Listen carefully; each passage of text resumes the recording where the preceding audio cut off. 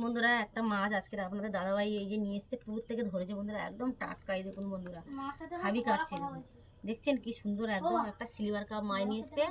1 KG আছে মাছটা। তাই এই মাছটা এখন আমি কাটবো। এই যে মাছ কেটে নিয়ে চলে এসেছি, দেখছেন বন্ধুরা পিসগুলো। এই যে দেখুন কি সুন্দর চকচক চকচক করছে দেখুন বন্ধুরা।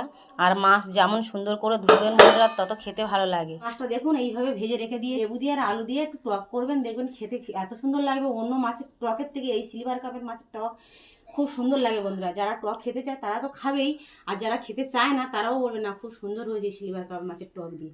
গোটা সর্ষে আর গোটা জিরে দিয়ে আলুটা ভালো করে লাল করে ভেজে নেব। হলুদ, লবণ আর এখানে একটু ধনে আর মৌরি দিয়ে দিয়েছি। আর এটা ভালো করে কষিয়ে নেব।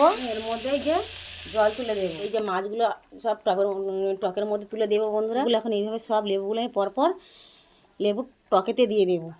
আর এই সিলভার কাপ মাছের লেবুর টক দিয়ে বন্ধুরা জমে যাবে খেতে। আপনারা একবার এইভাবে রান্না করবেন, দেখবেন খেতে কতটা সুন্দর লাগবে। টকটা রেডি হয়ে যাবে।